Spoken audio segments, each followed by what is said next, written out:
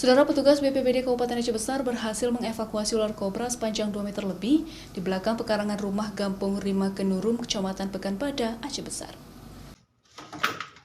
Satu ekor ular berbisa dan sangat berbahaya berhasil dievakuasi oleh petugas BPBD di pekarangan belakang rumah warga pada Rabu siang setelah mendapatkan laporan dari pemilik rumah.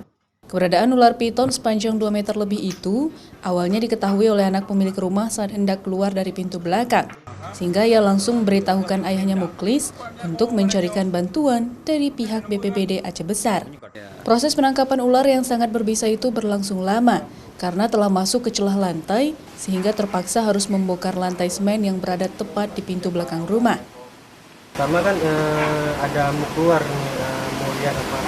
Terus kayak ada gerak sampingnya tuh. Rupanya ular. Langsung panggil ayah ya kan.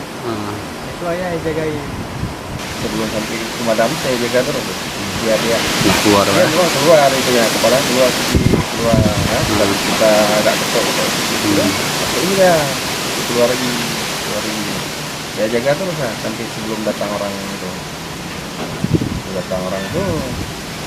Tapi dia pertama belum nampak.